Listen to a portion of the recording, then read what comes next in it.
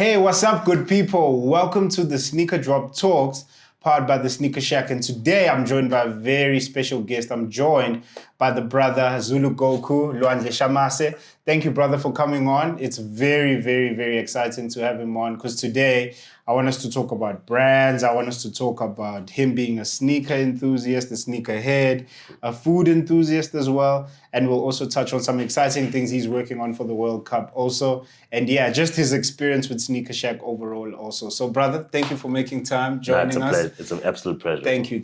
And so currently you're working on some interesting things, we're mid-World Cup and Bafana, which is our South African soccer team, is, privileged to also be competing also. How's that experience been for you and just working with different brands within this time? From a brand perspective, there's a lot of work coming in, very blessed. I always tell people, as a creator especially, don't ever take it for granted because you don't know when the next opportunities come. So brands they've come to me, they said, you want to do X, Y, Z? And I'm like, okay, cool. So right now, Debonair's a new pizza. They can't really say it's for the World Cup, so we're incorporating it in a way so they hire us creators to obviously push it like that. Wimpy also has something going on at McDonald's as well. Okay, that's nice. And in your journey, just like of being a food enthusiast and working with the different brands, how would you say they've given you latitude to be yourself, be creative, but at the same time ensuring you keep with just the brand guidelines? I mean, I always try out new food. Like people always telling me to try out new stuff. Fat Cake City, things in the hood, they look shit. All of these other stuff. So it's natural. So when I try out new things, I'm like, people vibe with it. They vibe with it. And also, like I watch a lot of sports, so it's not like there's a disconnect. So the food and the sports connect very well. I'm also in the gym a lot. Not now because the food brands obviously making me, they're making me gain a lot of weight. But I'm blessed for that as well. And of course, just the balance that they've given me to keep the timeline going. Because, some people get stuck. They're always finicky about what they should post. They're always overthinking it, like, I don't feel like creating today, or my outfit isn't ready, or I haven't bought new sneakers, I haven't bought a new fit. Because whenever people think about sneakers, they always think, okay, if I buy sneakers, let me come all the way up. Let me buy a new fit. But not me. I have sneakers from way back, like these babies right here. I love these ones. OG sneakers. I'm also an OG creator, so everything there. So nothing is new when I'm in this industry. Yeah. Touch a bit on that. I like that. OG like creator. What does that mean to you? And how do you maintain being yourself just in that process? So OG influencers, what I call it, or OG content creator. We were the first. We were the batch of influencers and creators that were the first, before it was even a term. Even right now, before TikTok was a term, I was part of the first batch of creators that were on TikTok. It wasn't even called TikTok back then, it was called Musical.ly. Oh, yeah. This was before the... I was also on Voov. I don't know if you guys remember Voov TV. I was on that as well. So, I've been in the industry for a long, long time.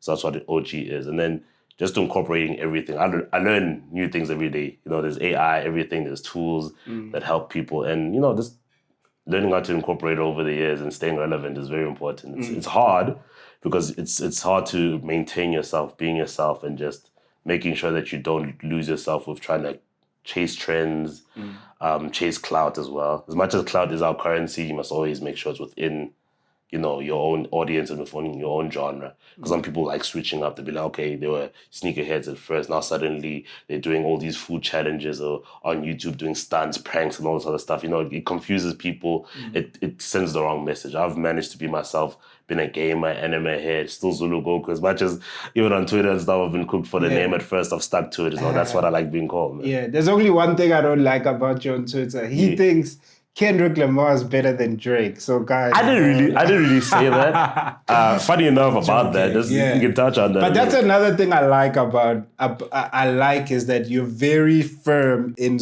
your opinion. I won't switch up, man. Yeah. Funny enough, out of the three, J. Cole, Drake, and Kendrick, I actually like J. Cole better. Okay, so in order. Yeah, J. Cole, then it'll be Kendrick and Drake. Not to say that Kendrick is necessarily better. I just think with Drake, because of his age, he hasn't really aged as well.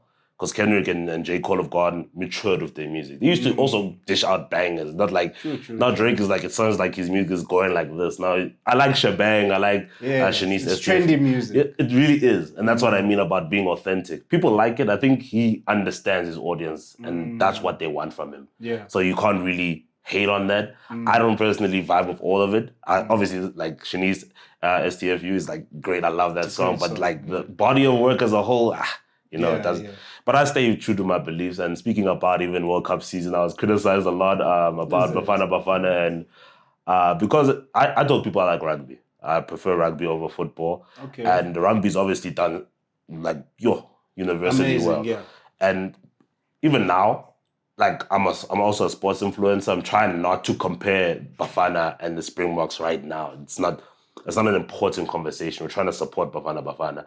And obviously previous tweets that I've said have now come back to like, oh, yeah, this, that. Because I said rugby has the streets and people got offended like I was saying that football is not the most popular sport in this country. It is. It's played everywhere, but rugby is growing. It's growing, and the football is just not performing as well as it should. It's not matching the popularity. That's what I've tried to tell people. But But see, common thread in everything we're speaking about that I like is how everything unites us. Exactly. Music. So I'll touch on the song you've just mentioned now, Shebang by Drake. Yeah. A video is trending now that is South African because of that song. Exactly. Football, we know that now the country is sort of united, where brands are uniting, creators as well, supporting the concept of football because we're competing in the World Cup. Exactly. And rugby as well. I think like there's just an authenticity to it and a community aspect to it, which I think unites us. In closure, what do you think brands can do different to sort of ensure that creators are always united, creators are always brought together? I mean, I'm looking at how well just all of you are gelling right now at the moment. I mean, with different brands, there's some delegation that's just went to Mexico now, etc. What do you think brands can do to ensure they're always keeping their finger on the pulse within that regard? Sticking with Bafana, they sent a bunch of like creators and stuff to Mexico and to the USA. Brands need to reward a lot of influencers, especially influencers that are loyal to them. There's influencers that push food content and push like sneakers and stuff. They should invite them to places, not to necessarily just say, here's a check, here's a blank check, but acknowledge them, make them feel important, because sometimes they are the ones that keep your name alive without you realizing it. You are hiring and doing all this graphic design, which is important. Obviously, community management, all that is important. But then once you also channel all of that through the creators, that's what makes the brand authentic. For example, with Clip Drift, for example, with the rugby, that's my next one. That's the next project they are doing with the rugby. They have been treating me well for years because every time it's rugby season, they're always like, Zulu Goku, Yeah. And with other creators that love rugby as well, they've rewarded them.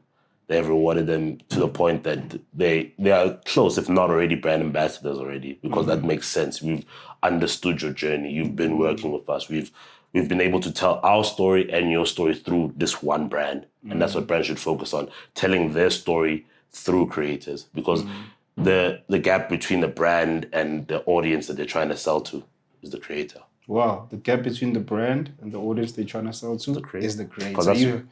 That's like in South Africa, where we are the top consumers of data in the world, social media. So that makes more sense that you should also be able to tell your story through social media creators. That's just me. Love it. You heard it for yourself here on The Sneaker Drop. Peace and love.